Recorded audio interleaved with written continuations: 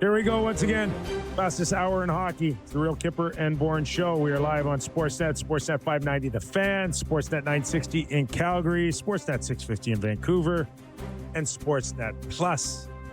Jake the Snake Schultz, Austin Mackey, Nick Kypreos, Justin Bourne, Sammy McKee. As always, this hour of Real Kipper and Bourne brought to you by Bet365. Well, Sammy.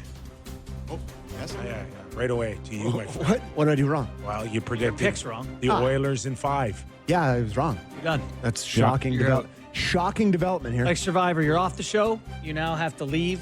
Maybe you should have flipped those predictions. What do you mean? Panthers in 5. Whoa. Dramatic. Maybe I should have flipped them. I don't know. In a few minutes, we'll welcome in Steve Alliquette, analyst for the New York Rangers, MSG, CEO of Clear Sight Analytics. I'm sure he's got wonderful numbers to crunch for us and what they mean. And once again, Skinner either is great or he's given up a ton of goals. We'll get into that a little later. First, let me get your overall feel about not just the Oilers losing, but how they lost. Let's start with you, JB. Well, I've got two thoughts on this. The first is that last year in the Stanley Cup final, the Oilers took it to Florida twice like this, and Florida won the Stanley Cup. So I'm saying it's not a death sentence is the first point I'll make. The second point is this Florida team, the way that we're all holding Connor McDavid in high regard and saying enjoy watching his prime. I think we need to enjoy watching the best playoff team of the past however many years, the decade at least. They are built for this. I'll go further to you, okay? I'm older than you. Yeah. I do remember the Montreal Canadiens in the 70s. Yeah. And then in the 80s, it was the Oilers and the Islanders. Your dad's Islanders. Clark's Islanders. Yep.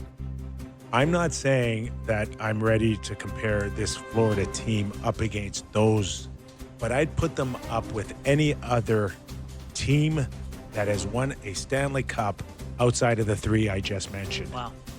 Okay? Hawks? Yes. Yes, Hawks. Yes, Pittsburgh. My Rangers in 94. Montreal. Go anywhere you want. Yeah. I am watching a Florida Panther team that could win, I believe, at any time in any era. Now, could they have gone toe-to-toe with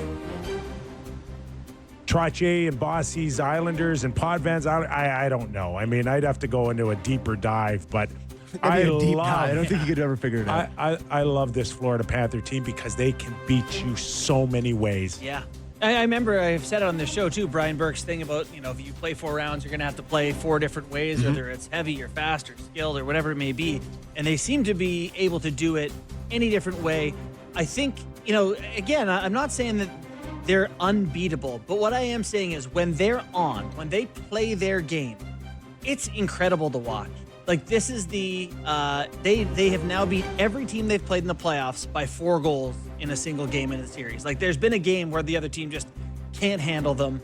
They've scored 6+ goals 6 times in the playoffs, 5+, 8 of the last 11 games. 5 goals, 8 of the last 11 games in the Stanley Cup playoffs. And their whole thing, GMs are going to watch them and go, we got to be tougher. It's like, no, man. No, they're not just tough. Can I tell you something? That when I think of this Florida Panther team, I don't think about them being tougher than their opponent. I don't think about anything. The number one thing, and I've said this to you before, is they pass the puck better than any team I've seen in the last 20 years. They move the puck. It's not that Sam Bennett's bumping goalies or they trash talk or they find a way to hurt you or they're just tougher. No, they pass the puck better than any team. And I include that Oilers, I include Carolina, I include the Maple Leafs. Nobody, when they're hitting their high note, they move it like the Red Army Russians, man. I'm telling you, they can move it east to west.